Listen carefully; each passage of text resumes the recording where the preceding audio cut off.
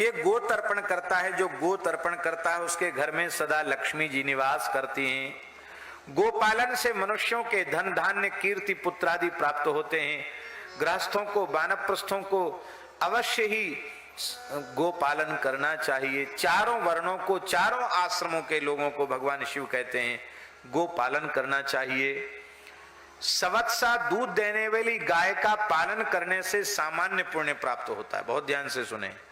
और बिना ब्याई हुई गाय, चाहे वह गर्भिणी हो या न हो, पालित करने पर दुगना फल देती है। और बूढ़ी गाय जिसने दूध देना बिल्कुल बंद कर दिया है, उसको जो पालित करता है उससे चौगुना फल मिलता है। दूसरे की बूढ़ी गाय को बूढ़ी गाय बिना मूल्य दिए पालने से 5 गुना फल मिलता है। और मूल्य देकर किसी की बूढ़ी गाय को खरीद करके पालन करे तो 6 गुना पुण्य होता है। और ये पता चल जाए कि गाय का अपराधी जीव है, कसाई है, बधिक है, ऐसा जानकर जो कसाई से गाय छीन करके उसकी सेवा करता है उसको 8 गुना पुण्य मिलता है। और जो कसाई गाय खरीद रहा है और कसाई से अधिक मूल्य देकर उस गाय को खरीद करके सेवा करता है, उसे 10 गुना पुण्य मिलता है। और हे भगवती पार्वती, जो इस प्रकार से 100 अथवा 100 से अधिक गायों को बधिकों से बचाकर पालन करता है, 100 गाय भी अपने जीवन में कसाई से मुक्त करा करके सेवा की है, तो हे देवी, धरती पर वह मनुष्य मेरे ही समान है। जैसे मेरे दर्शन से पाप नष्ट हो जाते हैं, ऐसे ही उस व्यक्ति के दर्शन से भी लोगों के पाप नष्ट होने लग जाते हैं। रिद्धियां सिद्धियां चरणों में लौटने लग जाती हैं, उसके दर्शन से मनुष्य की कामनाएं पूर्ण हो जाती हैं। ऐसे 100 गायों को बधिक से बचाकर सेवा करने वाले को तो देवता भी प्रणाम करते हैं, और अन्य लोगों का तो कहना ही क्या। अंत में वह इस लोक के सारे सुखों को प्राप्त करके भगवान शिव कहते वह मुझ में विलीन हो जाता है, मुझे प्राप्त कर लेता है।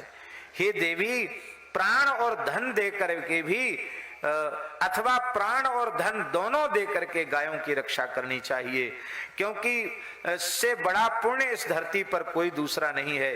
जो मनुष्य गायों की रक्षा के लिए अपने प्राण त्याग देता है, उसके प्राण लौटकर संसार में फिर कभी नहीं आते, वो मोक्ष को प्राप्त करता है, उसके प्राण मुझ में विलीन हो जाते हैं, उसका पुनर्जन्म नहीं होता है।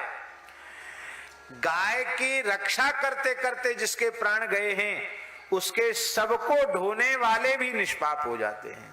उसकी अंतिम यात्रा में चलने वाले लोग उसके शरीर के दाह की भस्म को श्रद्धा पूर्वक अपने मस्तक से जो लगाते हैं, वो भी पाप मुक्त हो जाते हैं।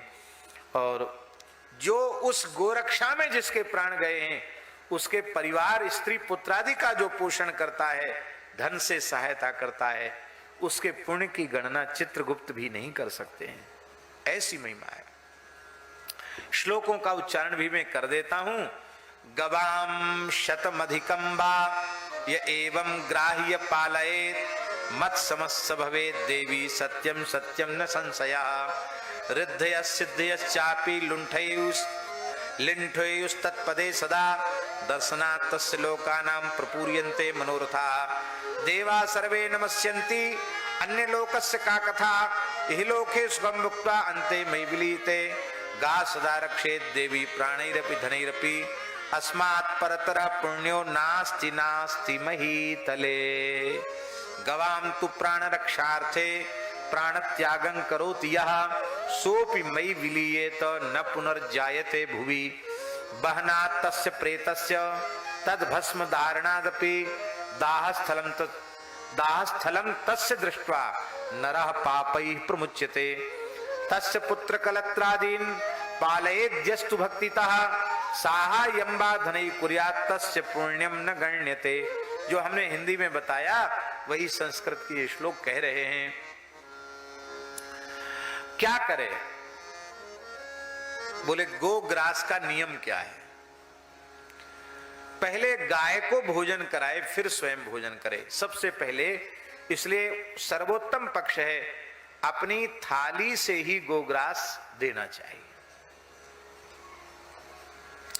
राशि भी जो निकालते हैं वो भी अच्छी बात है, लेकिन यदि उपलब्ध गाय निकट में हो तो अपनी थाली से एक रोटी, उस पर जो भी खाद्य सामग्री सब थोड़ी थोड़ी पधरा करके, उत्तम हो निकट हो गाय तो अपने हाथ से खिलाकर प्रणाम करके तब आ गए।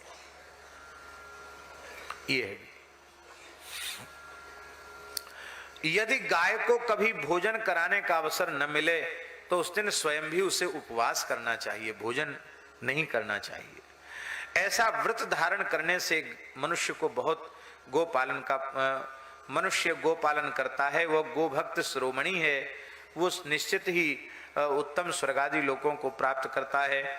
इसलिए अपने भोजन का कुछ भाग निकालकर पहले गाय को खिलाना चाहिए, इसके बाद मनुष्य को भोजन करना चाहिए। ऐसा कोई मनुष्य करे तो उसे कभी धन धान्य की कमी नहीं होगी। इसको गोग्रास व्रत कहते हैं। गोग्रास व्रत का पालन करे, ये सभी पुण्यों का शिरोमणि है। महाराज जी, ये सेवा की बात है, लग जाए किसी को लगन। श्री कृष्ण गौशाला में हमारे दिल्ली वाले राजेश जी यहाँ नित्य कथा सुनने भी बैठते हैं। ये दिल्ली वाली श्री कृष्ण गौशाला, उसके तो अध्यक्ष वहां सेवा कर ही रहे हैं, गौ सेवा। स्वयं निजी भी 200 गाय इनके पास हैं, अपनी निजी घर की 200 गाय, उनकी सेवा करते हैं। पूरा घर गाय के गोबर से लिपा हुआ है। बड़ी सुंदर गोमाता की सेवा है। जड़खोर गोधाम की सेवा भी करते हैं। और अभी जो एक नई गौशाला सरकारी योगी जी के सहयोग से शैल्या कांति जी बड़े गोभक्त हैं, वो कर रहे हैं, उसमें भी बहुत अच्छा इनका योगदान है। ये प्रेरणा लेने की बात है। ये इतना पवित्र काम है कि एक बार व्यक्ति लग जाए तो फिर वो चाहे जैसी स्थिति आवे फिर गौ सेवा छोड़ नहीं सकता, उसमें उसको स्वाद आने लग जाता है। ये गोग्रास अवश्य हर व्यक्ति को देना चाहिए। गामादौ भोजित्वा वही, मान लो ऐसा संभव न हो तो एक और बढ़िया काम किया जा सकता है। घर में 5 सदस्य हैं, मान लो किसी के घर में 5 लोग हैं कुल, तो 5 मुट्ठी आटा एक घड़े में डाल दो, एक बर्तन में डाल दो। जब घड़ा पूरा भर जाए तो निकट की गौशाला में वो आटा गायों के सानी बनाने में काम आ जाएगा। ये भी हो सकता है। तो एक प्रकार से घर के प्रत्येक सदस्य की ओर से गाय को ग्रास निकल गया। एक जगह हमने गाय को रोटी देने वाली बात कही तो महात्मा आके हमारे पास हाथ जोड़ने बोले, महाराज दूसरे दिन कथा में मना कर देना आप। क्यों? बोले महाराज हम तो गाय इसलिए नहीं रख पा रहे हैं, हमारी गाय का पेट हमेशा खराब रहता है। आप जैसे महात्मा रोटी देने की बात करते हैं और सब रोटी उसी को खिलाते, बीमार पड़ जाती है न खाने से ज्यादा गाय। इसलिए आप अच्छा हो कि आप थोड़ा आटा देने वाली बात कहो तो हमको जो खरीदना पड़ता वो ना खरीदना पड़े। मैंने कही बहुत अच्छी बात है। तो महात्मा दूसरी बार बोले कि आप बहुत अच्छा हो गया। अब बोले हमको तो गाय को आटा सानी में मिलाने के लिए अपने आप आ जाता है, तो पीपा पीपा भर के दे जाते हैं। जब पीपा भर जाता है तो यहाँ खाली कर जाते हैं। बोलो भक्तवत्सल भगवान, ये भी संभव न हो तो गोग्रास कुछ राशि उसकी नित्य निकालें, ये भी है। और अब तो अंग्रेजी हम भूल जाते हैं, कोई ऐसी पद योजना है ना, ACS कहते, क्या कहते हैं, क्या कहते हैं, CH ECH, वो योजना ऐसी है कि उसमें आप अपना खाता ज्वाइंट कर दीजिए गौशाला से, और आप मान लो 100 रुपए महीने ही आप मान लो देते हैं, तो अब बिना दिए लिए 100 रुपए आपके खाते से हर महीने जाते रहेंगे। 1000 रुपए 100 रुपए जिसकी जैसी सामर्थ्य है। तो ये काम बहुत अच्छा है, क्योंकि गोग्रास लेने कोई जाओ फिर कोई दे, और फिर कई बार ऐसा भी होता है कि गोलकों में और इधर उधर कुछ गड़बड़ी भी हो जाती है। तो ये सबसे छुट्टी है, सीधे के सीधे गया और सीधे गो सेवा में लग गया। ये भी एक बढ़िया बात है। तो ये गामादौ भोजित्वा वही भोजनम स्वयमाचरेत, कदाचित यदिगाम दातुम भोजनम नैव लभ्यते स्वयं वापिन भुंजियात उपवासम समाचरेत एवं व्रतम समास्थाय पालनं कुरुते तु यह सो सगोभक्त शिरो रत्नः स्वर्गम याति सुनिश्चितम स्वभोज्यात किंचिदादाय। अपने भोज्य से लेकर प्रथमम दापयत गवे पश्चात देव ही ओ भुंगते धनर धान्येर नहीयते गोग्रास मिदम देवी सर्व पुण्य शिरोमणि। ये गोग्रास है। गाय का दूध, दही, घी, मूत्र और गोबर इनको मिलाने से पंचगव्य बनता है। इससे स्नान करने से और इसको पीने से संपूर्ण पाप समाप्त हो जाते हैं। किसी के ऊपर किसी ने तंत्र मंत्र का प्रयोग कर दिया हो तो वो पंचगव्य से रोज स्नान करे और पंचगव्य पान करे तो उसके ऊपर किया गया तंत्र प्रयोग निष्फल हो जाता है। उसकी ग्रह पीड़ा समाप्त हो जाती, दुर्भाग्य समाप्त हो जाता है, नष्ट हो जाता है, दारुण रोगों का नाश हो जाता है। असाध्य रोगों में रोगी को गंगाजल और तुलसी दल सहित पंचगव्य पिलाना चाहिए। श्रद्धा के साथ गो पूजन और गोदान करना चाहिए। गो माता के चरणों की धूलि को रोगी के मस्तक पर लगाना चाहिए। ऐसा करने से हे गो स्वरूपा जगदम्बा पार्वती, तुम्हारी कृपा से उस रोगी के असाध्य रोग भी समाप्त हो जाते हैं, नष्ट हो जाते हैं। किंतु यदि उसकी आयु ही समाप्त हो गई है तो वह बिना कष्ट के प्राण त्याग करके तुम्हारी सेवा की महिमा से बिना कष्ट के प्राण त्याग करके उत्तम पुण्य लोकों को प्राप्त करता, वो नरक नहीं जाता है। ऐसी महिमा। पापों से युक्त मनुष्य भी गो माता की शरण में चला जाए और मेरे बनाए हुए नियम के अनुसार वो प्रेम से गो सेवा करने लग जाए, उस पापी मनुष्य को अपने पापों का फल भोगने के लिए नरक नहीं जाना पड़ेगा। क्योंकि सर्व पाप समायुक्तो गो शरणम ब्रजेद यदि न तस्य नरके वासः शासनान मम सुंदरी। हे पार्वती, मेरी आज्ञा से उसे फिर नरक नहीं जाना पड़ता है। गाय का दही, घी, दूध, शर्करा और शहद मिलाने से पंचामृत बनता है जो विष्णु आदि देवताओं के पूजन में प्रशस्त है। नैवेद्य में सबसे उत्तम नैवेद्य गाय के दूध और से बने हुए गव्य पदार्थ हैं। इनका भोग लगाने से देवता प्रसन्न होते हैं। भादों के महीना के कृष्ण पक्ष की जो षष्ठी तिथि है, भाद्र कृष्ण षष्ठी, उसको हल षष्ठी कहते हैं इस तिथि को।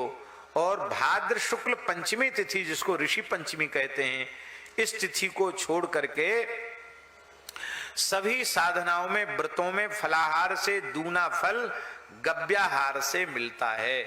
माने भाद्र कृष्ण पंचमी, षष्ठी और ये तिथियां लिख लेना चाहिए। भाद्र कृष्ण षष्ठी और भाद्र शुक्ल पंचमी, इन तिथियों पर गव्य का आहार नहीं करना चाहिए, केवल फल खा करके ही व्रत करना। माने सब चीज को छुट्टी दी गई है, एक दिन उसको भी अवकाश दिया गया। बोलो वृंदावन बिहारी लाल की। कौन कौन बताई तिथि? भाद्र कृष्ण षष्ठी और भाद्र शुक्ल पंचमी, ये दो तिथि। सभी तंत्रों में मैंने बार बार बात बताई है कि देवताओं के पूजन के आरंभ में, विद्यारंभ के आरंभ में, गृहारंभ, मकान, बच्चों को स्कूल में प्रवेश कराओ उसके पहले उनसे गो पूजन कराओ। बालक कभी अनुत्तीर्ण नहीं होगा, निरंतर शिक्षा के क्षेत्र में आगे बढ़ता चला जाएगा। मकान बनाना हो तो पहले मकान बनाने के पहले जिस जगह पर मकान बनाना है वहां पहले गाय को ले जाओ और गाय का विधिवत पूजन करो, तब गृहारंभ करो।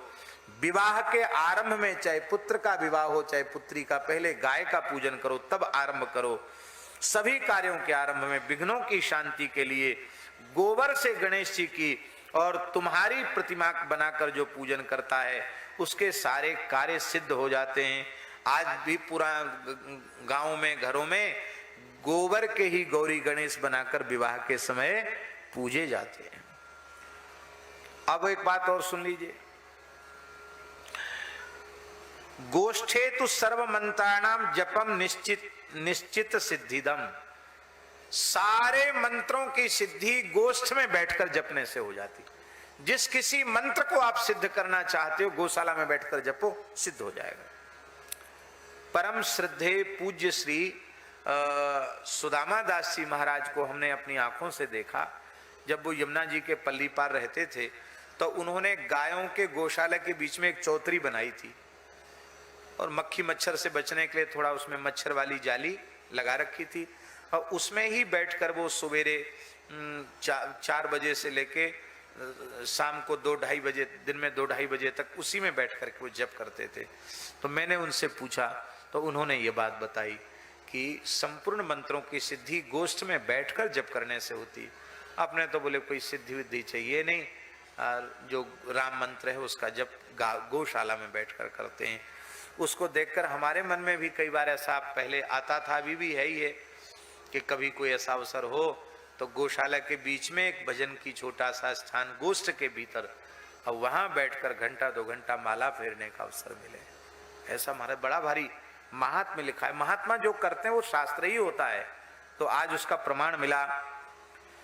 यदि कोई मनुष्य गोष्ठ में जाकर जप करे, दिन भर उपवास करे, रात्रि में गोदुग्ध का पान करे, तो दोषयुक्त मंत्र को भी हठात सिद्ध होना पड़ेगा। भगवान शंकर कहते हैं, मेरा वचन है। जो बुद्धिमान मनुष्य नित्य पूजन गाय का करता है, जप गोष्ठ में करता है, उसे जप और पूजन का अनंत पुण्य प्राप्त होता है। अब भगवान शंकर को कैसे भस्म चढ़ाना चाहिए आप लोग सब कर सकते हैं, कहीं दुकान में जाने की जरूरत नहीं, बस गाय की जरूरत है। गाय के गोबर को तांबे के पात्र में जमीन में गिरने के पहले ही ले लें। गाय जब गोबर करे तो तांबे के बर्तन में अधर में ही उस गोबर को ले लें, फिर उसको सुखा करके और कर्पूर गुग्गुल आदि से प्रज्वलित करके तांबे के ही पात्र में उसको प्रज्वलित कर लें, भस्म बना लें। फिर कपड़े से उसको छान लें और उस भस्म को, जो भगवान शिव कहते हैं मेरे ऊपर उस भस्म को अर्पित करता है और उस प्रसादी भस्म को अपने मस्तक पर तिलक के रूप में, त्रिपुंड के रूप में धारण करता है, वह मेरा श्रेष्ठ भक्त है। वो उसके संपूर्ण पाप नष्ट हो जाते हैं और वह संसार चक्र से छूटने का अधिकारी हो जाता है। बाजार में जो भस्म आती ना, जो पूजन में जो हम लोग लेते हैं, वो तो सब पता नहीं केमिकल वाली सुगंध मिलाकर सफेद कैसे कैसे उसको कर देते हैं, पर ये शुद्ध चीज है। ऐसे भस्म बनाना चाहिए। और इस प्रकार की भस्म के, बताया था ना स्कंद पुराण में, इस प्रकार की भस्म के शिवलिंग बनाकर यति, जो गृहस्थों को भस्म शिवलिंग पूजन का अधिकार नहीं है, जो विरक्त हैं, चतुर्थाश्रमी हैं, यदि वो भस्म निर्मित शिवलिंग का इस प्रकार से जो भस्म तैयार की गई है और उस भस्म के शिवलिंग पर बिल्वपत्र आदि अर्पित करते हैं, पूजन करते हैं, तो उनको भोगों से, शरीर संसार से पूर्ण वैराग्य होता है और उनका सन्यास धर्म पूरी तरह प्रतिष्ठित, वो अपने सन्यास धर्म में पूर्ण प्रतिष्ठित हो जाते हैं। वे विशुद्ध ज्ञान और मोक्ष की प्राप्ति के अधिकारी हो जाते हैं। ये भी विधि है। बोलो भक्त वत्सल भगवान की। उसकी विधि यह है कि उस गाय के जो ये जो भस्म है ना, तांबे के पात्र में ली हुई कंडा गोबर, फिर सूखने पर भस्म बना ले और उस भस्म को गाय के, देसी वेद लक्षणा गाय के कच्चे दूध में डाल दे, उसको मथ ले, मथ करके फिर छान ले। छानने से वो दूध ऊपर रह जाएगा, भस्म नीचे रह जाएगी। फिर उसको धीरे से दूध को निकाल कर किसी तुलसी आदि में विसर्जित कर दे या शिव जी को अर्पित कर दे, वो पवित्र है दुग्ध। और इसके बाद उस भस्म को छाया, थोड़ा सुखा करके उसमें कुछ स्निग्धता भी आ जाती है, उससे फिर वो शिवलिंग का निर्माण हो जाएगा।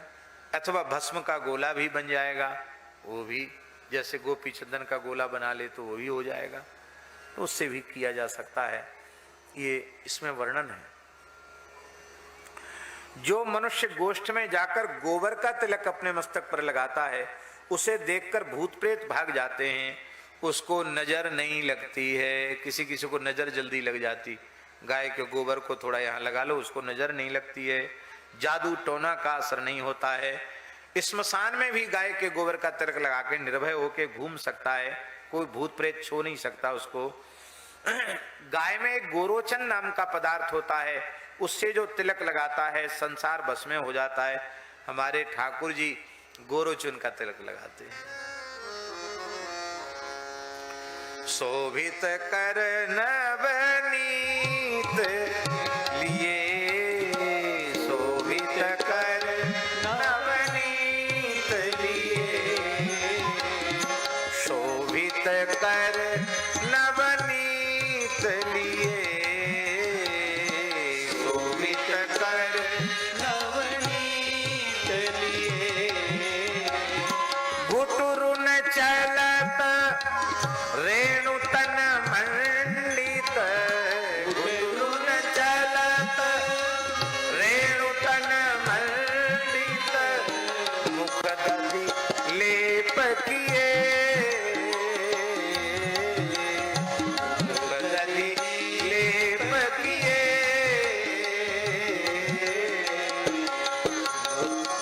सब शोभित कर नवनीत लिए, शोभित कर नवनीत लिए। कठुला कंठ वज्र के हरि नख, कठुला कंठ वज्र के हरि नख, गोरोचन को तिलक दिए, गोरोचन को तिलक दिए। सूरदास या छवि निरखे बिन, सूरदास या छवि निरखे बिन, कासत कलप जिए, कासत कलप जिए। शोभित कर नवनीत लिए, शोभित कर नवनीत लिए। जय जय श्री राधे। शंकर जी ने एक बात और बताई, बोले किसी माता को प्रसव में कष्ट हो रहा हो तो लगभग 4 तोला गाय का मूत्र गो गायत्री से आमंत्रित करके उसको पिला दो, तत्काल सुखपूर्वक प्रसव हो जाएगा, हॉस्पिटल नहीं ले जाना पड़ेगा। हॉस्पिटल नहीं ले जाना पड़ेगा तो इसमें नहीं लिखा है, तो हम बोल रहे हैं, बाकी इसमें लिखा है कि तत्काल प्रसव सुखपूर्वक हो जाएगा। और सभी देवता तीर्थ गाय में निवास करते हैं, इसलिए गाय की पूजा करने से सारे तीर्थों की पूजा, सभी तीर्थों की यात्रा हो जाती है, संपूर्ण तीर्थों की परिक्रमा हो जाती है, इसमें संदेह नहीं है। किम तीर्थ यात्रया देवी किंच देव प्रपूजनात्, सर्वे देवास तीर्थश्च गवि एव प्रतिष्ठिता, गो पूजाम भक्तितः कृत्वा प्रदक्षिण मनुव्रजन सर्व तीर्थ फलम देवी लभते नात्र संशयः, सर्वेषां चैव देवानां पूजनेन तु यत् फलम तत्सर्वम लभते देवी गवाम पूजन मात्रतः। समस्त देवी देवताओं का पूजन करने से जो पुण्य होता है वो एक गाय के पूजन से मिल जाता है। मैंने जो कहा है, इस साधना को जो करता है उसको सब कुछ प्राप्त हो जाता है। शास्त्रों में और गुरु वचनों में संदेह नहीं करना चाहिए। शंकर जी कहते हैं निस्संदेह निर्विकल्प रहकर साधना करने से मनुष्य सफलता प्राप्त करता है। गुरु को मनुष्य मानने से, मंत्र को अक्षर मानने से, ये गोतंत्र के श्लोक हैं, गुरु को मनुष्य मानने से, मंत्र को अक्षर मानने से, गाय को पशु मानने से मनुष्य नरकों में जाता है। गौ की पूजा परम पूजा है, गौ की सेवा उत्तम तप है, गौ मंत्र का जप श्रेष्ठ मंत्र है, वह मुक्त हो जाता है ऐसा जो जानता है। उत्पत्ति पालन संहार करने वाली जगदम्बा रूपणी गाय, उसका जो हृदय में ध्यान करता है, ध्यान करते हुए संसार के काम करता है, वो जीते जी मुक्त हो जाता है। श्लोक लिख लें, अध्याय 2 के 69 से लेके 71 तक। गुरौ मनुष्य बुद्धिन्तु मंत्रे वर्ण मतिम तथा पशु बुद्धिम गवां कृत्वा मनुष्यो नरकम व्रजेत, गो पूजा परमा पूजा, गो सेवा परमम तपः, गो मंत्र परमो मंत्र, यो जानाति समुच्यते, गो रूपां तु जगद्धात्रीं सृष्टित चित्यंत कारणीं हृदि ध्यात्वा प्रवर्तेत जीवन मुक्तः स जायते। वो जीवन मुक्त होता है। ये 2 अध्याय गोतंत्र के हमने कहे।